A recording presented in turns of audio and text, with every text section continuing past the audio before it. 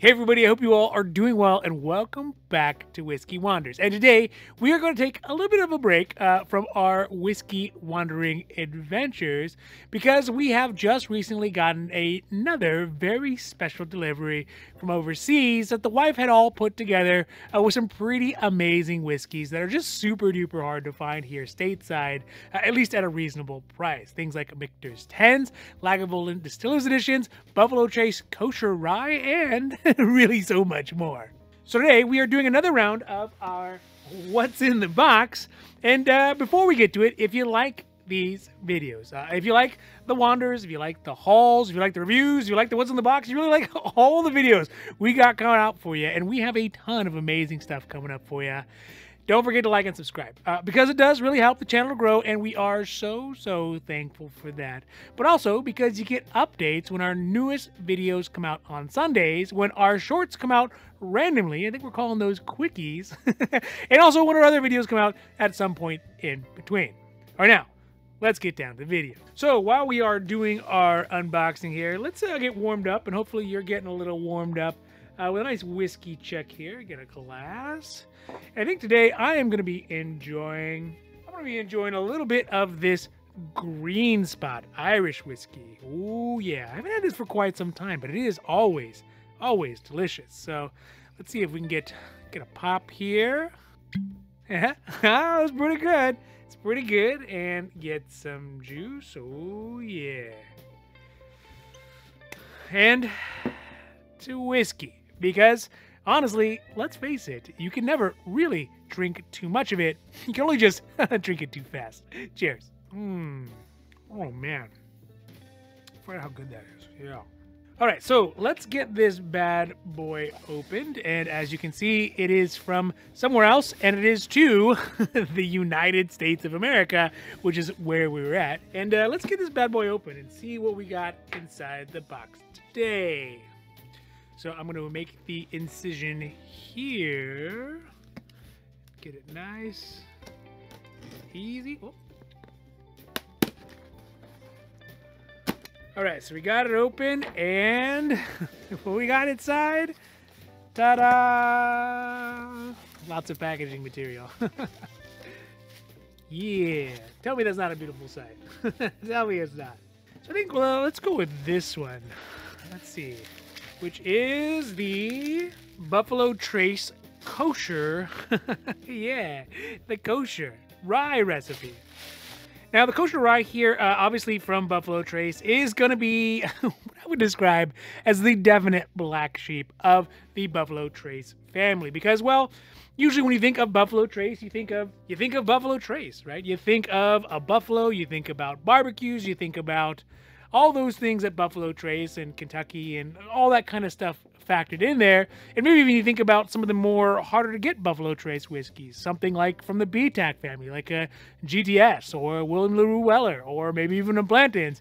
But usually the farthest thing, at least from my mind, is the Buffalo Trace Kosher, which is what really makes it a very interesting addition. Because, well, I mean, obviously it is kosher. I mean, in fact, it has, you know, gotten the blessing or been beatified or kosherized, or I don't know, whatever they call it. I'm painfully not Jewish. Apologies to our Jewish friends out there. So I don't know what they call it, but it has gone through whatever that process is under the guidance of the Chicago Rabbinical Society. Sorry, the Chicago Rabbinical Council, who have made sure that all the parts in the whiskey and all the parts that go into making the whiskey follow the strict Jewish code. Additionally, and really a very nice benefit to it, is that the ABV on the Kosher Rye is considerably higher than what you find on the standard Buffalo Trace bourbon, which is at 45% for the standard Buffalo Trace, while on the Kosher Rye, it is at 47%, which you can see right there. So that is definitely a plus. The Kosher Rye does not have an age statement on it, and I think really the reason why we picked it up is because previously we had found another of the Buffalo Trace Kosher, the weeded recipe, sort of the twin brother to it, maybe fraternal brothers, that are side by side. And so seeing an opportunity to get the rye, thought it'd be a great opportunity to have another side of that, and to also start to build a Jewish side of our collection, I suppose. I mean, you got two bottles, we can start it with at least two. And also, I think, again, these are just kind of interesting additions to Buffalo Trace overall. Obviously, we have a lot of Buffalo Trace stuff from Weller's and E.H. Taylor's and things like that. And so I think having a kosher one will be very interesting to try side by side with the standard Buffalo Trace, or even some of the other weeded versions that they have, like the Blantons, and see how they compare as well. This one that we got, the rye version, we paid $41.72. So that is the Buffalo Trace Kosher Rye. And again, it'd be pretty cool to add to our Buffalo Trace section. All right, next up is going to be another one that we had bought before, but decided to double dip on, which is going to be this Michters 10 Rye as well. Now, the Michters 10 distillery was originally in Pennsylvania. I guess they were Pennsylvania Dutch, and I think that means something. I guess it means they're Dutch from Pennsylvania. But now it has moved back to where any real respectable whiskey maker in the United States is going to be at, Kentucky.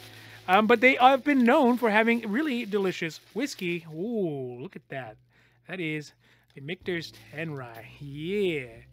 But one really nice thing about this one overall is that it seems like the whiskey prices in general, and Michters 10 specifically, have begun to drop down a little bit. Because we got this one for $207.84. It is from, I think, 2022, that version.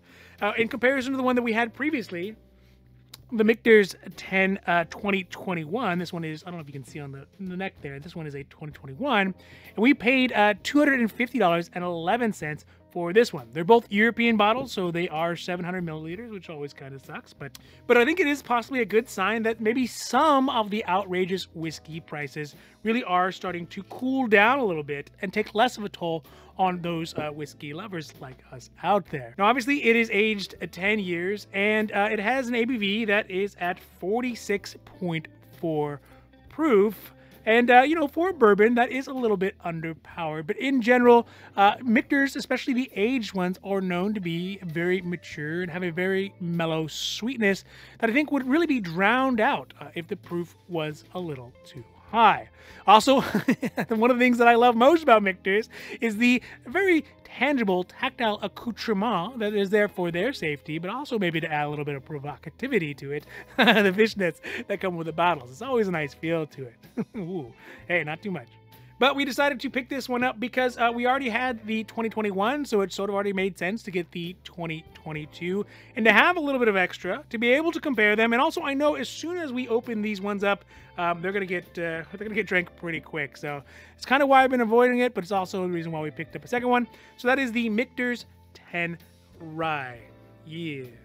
All right. So this next bottle we picked it up because, well, it's sort of a prequel to a bottle that we had found previously earlier this year, which is the Lagavulin Distillers Edition 2022. Let's get some of this up. There we go. And we had picked up the 2021 earlier this year. We got it from Costco, and I really enjoyed it, and I thought it was a nice kind of departure from the standard Lagavulin. So getting the 2021 version now, sorry, this was the 2022. Getting the 2021 version, when it was available, just kind of only sort of made sense. Now, the thing with these Distillers Edition is that, I guess the way that I would say it is that they're not really meant to be the first Lagavulin that anybody tries. In fact, if you're going to try a Lagavulin, go for the 16. It's the flagship. It'll knock your socks off, and that's amazing. But once you really kind of start to fall in love with the line as a whole, then you kind of want to get sort of the different versions that are available. The director's cut, if you will, of a Lagavulin. And that's sort of what this one is.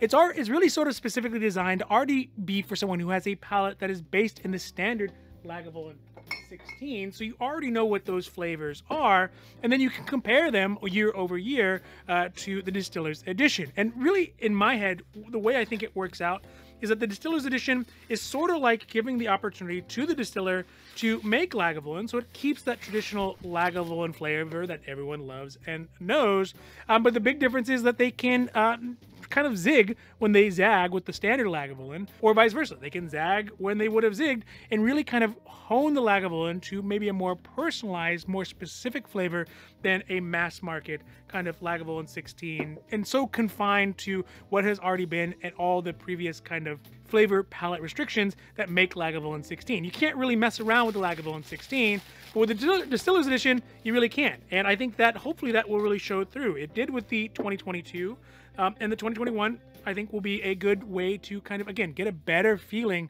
for Lagavulin as a whole, as a family, and what it could potentially be, even if it is kind of on the thinner and farther out branches of the tree. Now, this Lagavulin Distiller's Edition 2021, it does not have an age statement on it, but it does have an ABV that is at 43%, which I think is the same as the standard Lagavulin. So yeah, it's not really a big departure as far as ABV or really any sort of major changes to it, but you wouldn't expect that from Lagavulin. Lagavulin was known for kind of subtle changes that stick with it so that you will always know that's a Lagavulin, but it's just a little bit off. Like when you watch Canadian cartoons and the colors are just a little bit different. There's just something a little weird about it. Sure, it's the same similar format, but it feels a little weird. So I'm really happy that we got this one, and I'm also really happy that it was less expensive than what we paid for this one at Costco, because the 2021 is at $109.66 that we got it for overseas and shipped to us, whereas the 2022 DE was at $114.99 at Costco. So yeah, I think this will be a very interesting addition to the collection, to the Lagavulin collection, which is definitely growing, and that's a good thing. And it'll give us kind of a different backboard, a different perspective on what Lagavulin can be versus the standard one, which of course I'm always going to love, but sometimes you want a little strange, you know, you want something a little strange. So that is the Lagavulin DE 2021.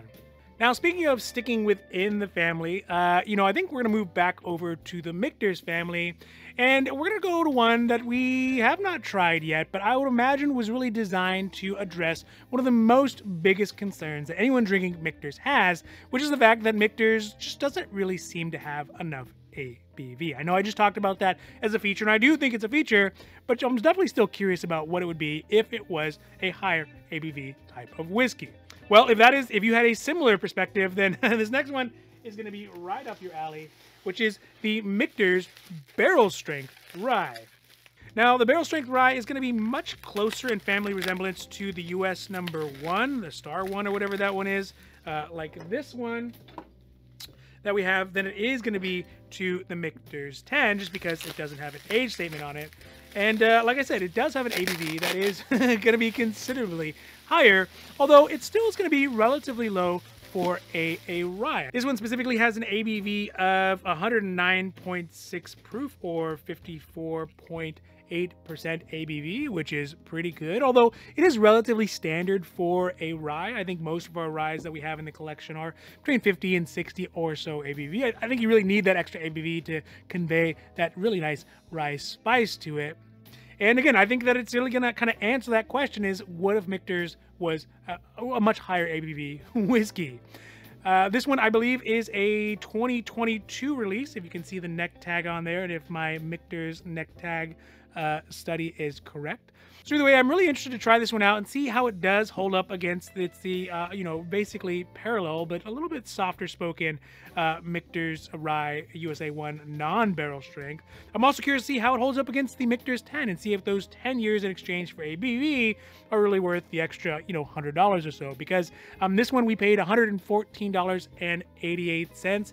Again, the Michter section of the collection is really starting to grow, and we're going to have to start really dipping into these because the only one that we have tried, the wife and I, was actually the 20 so far, and I'd be curious to see if these are, you know, adequate substitutes for that one as well. So that is the Michters Rye Barrel Strength. Oh, we got this one for $114.88.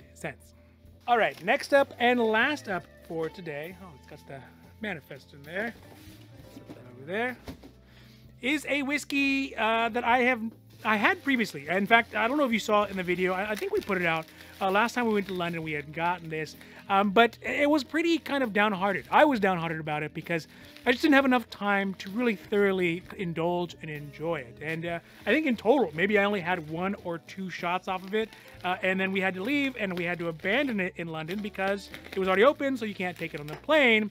So as I was taking it out, kind of mournfully, I found a lorry driver. I think that's what they call those folks out there.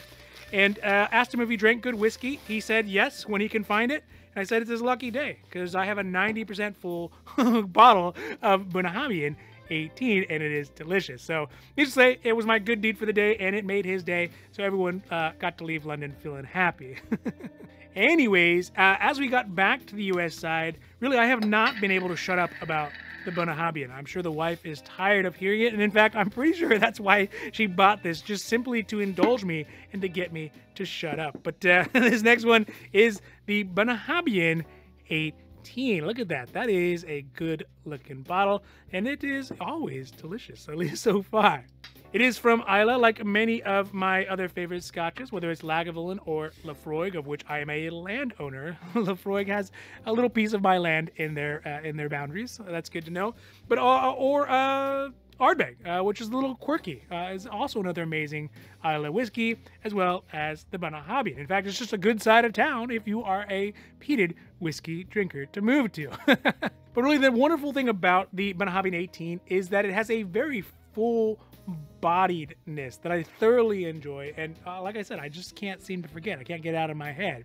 The ABV on it is relatively high for a Scotch at 46.3% ABV, or I think that comes out to 92.6 proof if my math is correct, which it probably is not. And the Bunnahabhain is a nice step up from the Lagavulin 16. Here, close your ears. From the Lagavulin 16, with the additional 2 years added to it. It's also sherried, so it brings out a bit more kind of the juiciness to it to go along with the peatiness. But I would say in general, it's a little bit more soft-spoken than Lagavulin, which is very, very like kind of bold with its musky masculineness. And I also enjoy the fact that it is 18 years old. I think 18 is a really kind of prime spot for a lot of scotches. I know older ones are more expensive, but 18 seems to be where a lot of them peak before they start going through some real like considerable changes in the whiskey. So I'm real happy that we got this one, Bunnahabhain 18. We got this one for $135.86, and I know that I will thoroughly enjoy this one one sip at a time. And again, the Islay side, so the Lagavulin side collection is really growing, and the Islay side as a whole is really growing on the collection. So you know, I think that maybe the wife thinks that I don't notice, but so slowly but surely our collection is really starting to kind of fill up a little more heavily on the Scotch side, and I'm not complaining. So that is the Bunnahabhain 18. All right, so that's it for today's What's in the Box, and I really hope that you enjoyed this video, and in fact, I really hope that you enjoy all of our videos, whether it is the wanders, or the hauls, or the reviews, or the unbottlings, the unboxings, and really all the amazing stuff that we have cooking up for you, because we have tons of amazing, great stuff cooking up for you, especially if you've been traveling back and forth between here and Europe. But if you do like these videos, please don't forget to like and subscribe, because it does really help the channel to grow, and again, we are super, super thankful for that. But also, I like to think that it is good for your whiskey mojo. It pleases the whiskey gods, and you get notifications when our newest videos come out on Sundays, when our random quickies come out sort of randomly, and when our other videos come out at some time in between. Now, just remember, wherever you are in the world, if you do find a whiskey that you love, just buy it. Because if you don't, the wife's going to come order it and have it shipped here from overseas, because someone else is going to buy it, and in this case, you know, it might even be me. So that's it for me for today. I hope you all have a great rest of your week, and adios.